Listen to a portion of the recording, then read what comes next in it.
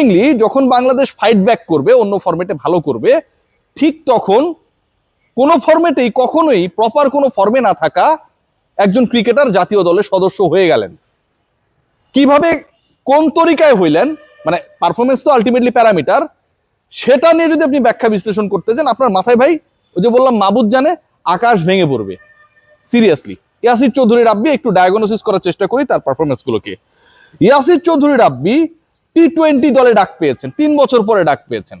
আমার প্রথম প্রশ্ন, 1 নম্বর প্রশ্ন হচ্ছে ইয়াসির চৌধুরী রাব্বি কেন ডাক পেলেন? যদি আপনি জাতীয় দলে প্রতিনিধিত্ব করেন, তার মানে আপনি জাতীয় মানের পারফরমেন্স দেন, আপনি জাতীয় দলে পারফর্ম করার জন্য আপনি রেডি, আপনি অন্য যে স্টেজেস গুলো রয়েছে সেখানটায় পারফর্ম করেছেন, আপনি পুশ করছেন through your performance to the selectors, এবং তারা বাধ্য হচ্ছে আপনার পুশ খেয়ে এইভাবে ধাক্কা খেয়ে তারা দৌড়ে যাচ্ছে যে না ভাই একে নিতে হবে, তারপরে আপনাকে নিল। আপনি কোনোটাই করছেন না।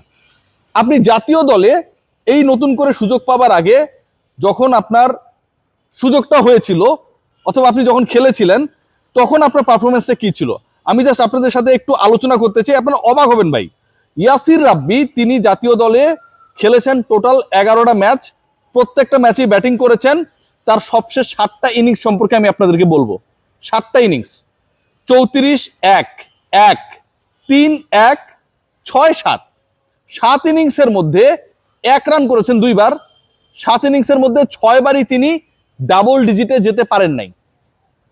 এরকম একজন ক্রিকেটারকে 3 বছর পর আমার অতি প্রিয় হাবিবুল বাশার সুমন ভাই, তিনি চিফ সিলেক্টর, তার কাছে মনে হইল যে এই লোকটাকে জাতীয় দলে ঢুকানো দরকার, কারণ তিনি নাকি বাউন্ডারি ক্রস করে মারতে পারেন।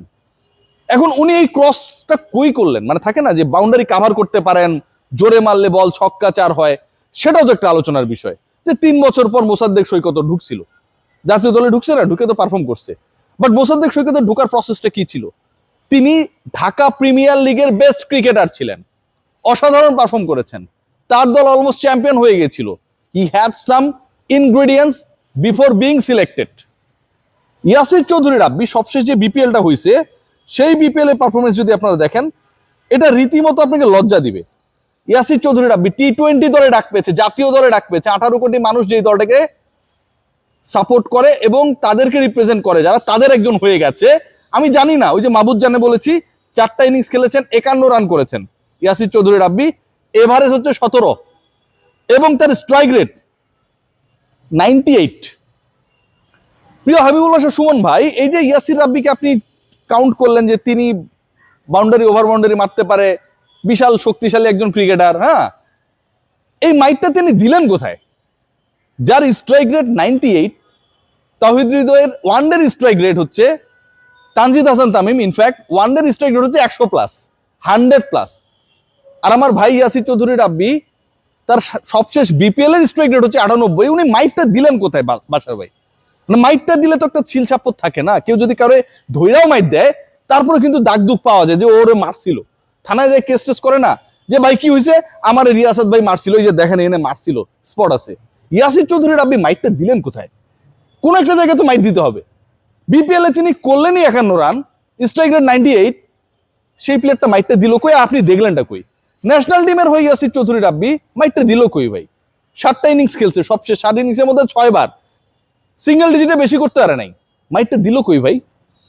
কোনো স্পট নাই, কোনো স্পট নাই ভাই। একজন প্লেয়ার জাতীয় দলে ঢুকে গেল, শুধু মনে হইলো যে আমি ঢুকাবো দেখে ঢুকে গেল। এটা হইতে পারে?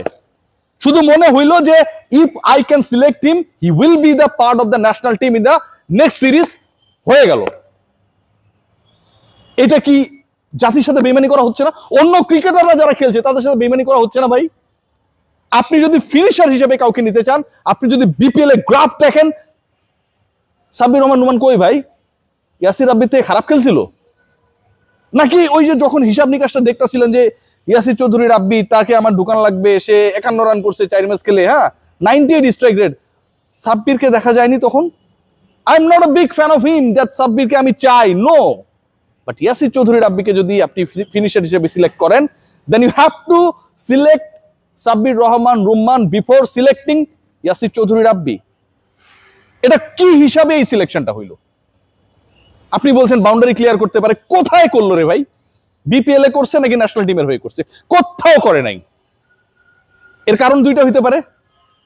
একটা হচ্ছে হয় আপনি সিলেকশন বোঝেন না, কারণ আপনি যে কথা বলেছেন সেটার সাথে স্ট্যাটিস্টিক্সে কোনো মিল নাই।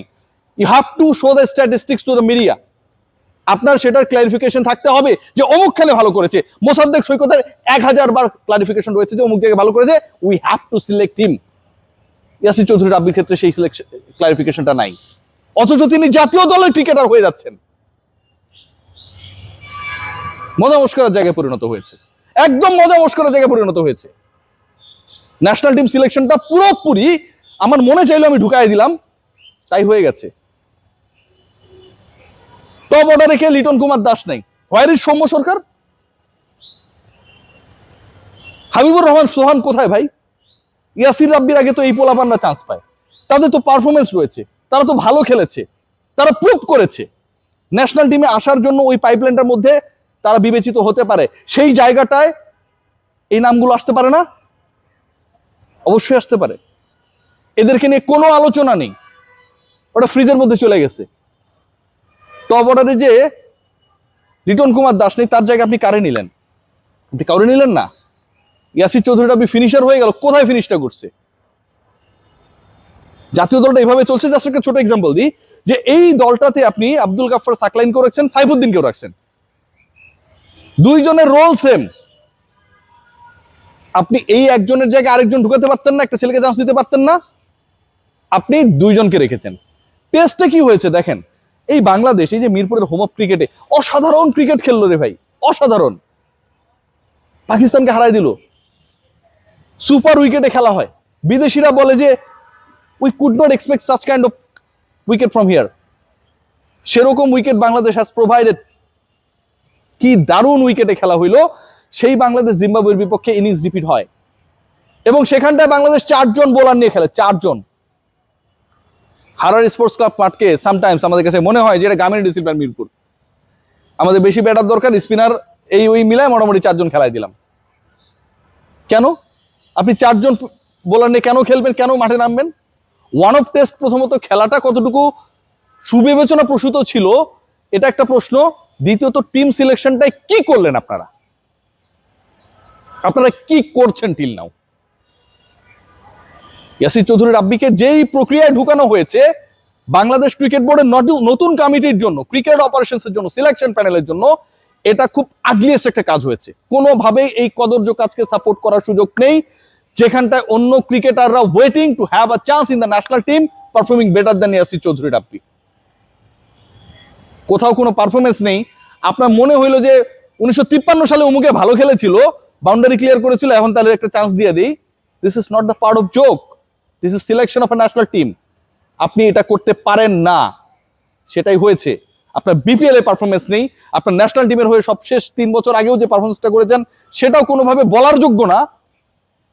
আপনি কোনো জায়গায় কোনো কিছু ক্লিয়ার করতে পারলেন না, কিন্তু আপনি সবকিছু ক্লিয়ার করে জাতীয় দলে পার হয়ে গেলেন, কিচ্ছু বলার নেই।